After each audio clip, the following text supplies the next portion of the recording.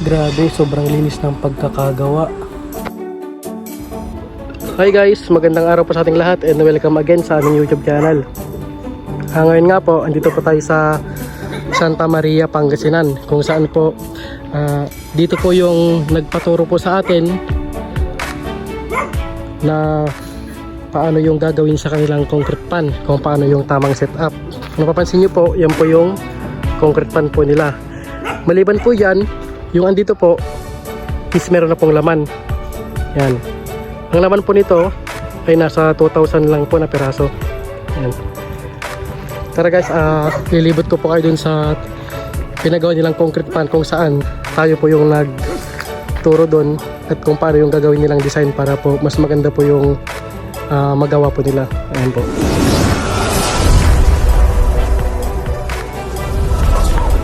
So ayun nga guys, ito yung ano nila, yung sa water system po nila, kung saan ito po yung mga PVC, kung saan ito po yung ito po yung agusan ng tubig para po malagyan yung concrete pan na ito. At ito po ay kasalukuyan po silang nag-treatment po.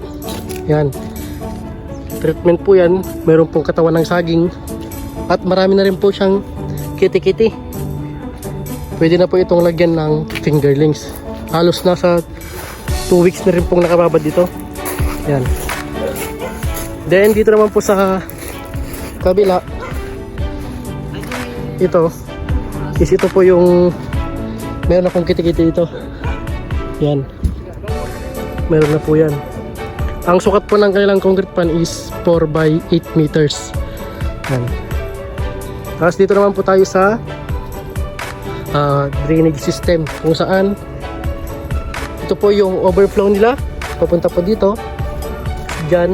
Ayan, overflow din po ito. Tapos ito naman po, ito po yung 50%. Ayan, kung tinanggal po ito, 50% po yung tubig na may iwan. Tapos yung nasa pinakamalaki po, yan po yung 100%, kung saan kung binuksan po nila yan, lahat po ng tubig ay maalis po papunta po sa earth pan na ginagawa rin po nila. Yan.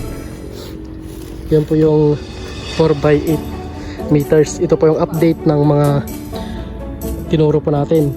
Ito po yung nagawa po nila. At ito pong dalawang ito, yan po yung source ng tubig, kung saan pag nag-open po sila ng makina, dito po lalabas yung mga tubig para mapuno po itong concrete pan na ito. Yan. At yan nga guys, kung napapansin nyo po yung kanilang drain, ay napakaganda po ng setup nya. Pati yung concrete pan po na ating tinuro, nakuha po nila. Yan.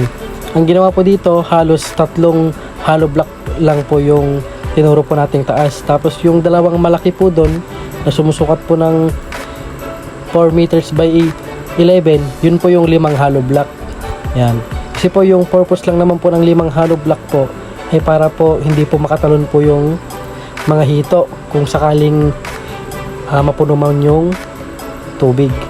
Pero yung gagawin po namin dyan sa pinaglalagyan ko po ng tubo, yan po yung 3 hollow block lang po yung taas. Lalagyan po ng net yan para po hindi po makatalon yung mga fingerlings na ilalagay po natin. Yan. Dito naman po, ito naman po yung sa 4 by 11 meters. Kung napapansin nyo, napakaganda po talaga ng setup ng concrete pan, tsaka lalo yung mga drainage niya po. Yan. At yun lamang guys, yun lang po yung update natin dito sa Santa Maria, Pangasinan. Sa sunod po is sa Webis po. Update ko po ulit kayo sa pag-deliver naman po ng fingerlings. Ayan. So sa mga gusto pong matuto dyan, comment lang po kayo sa video na ito or PM sa Facebook ko na ito para po makapag-usap po tayo ng maayos at maturuan ko po kayo kung paano yung mga tamang gagawin.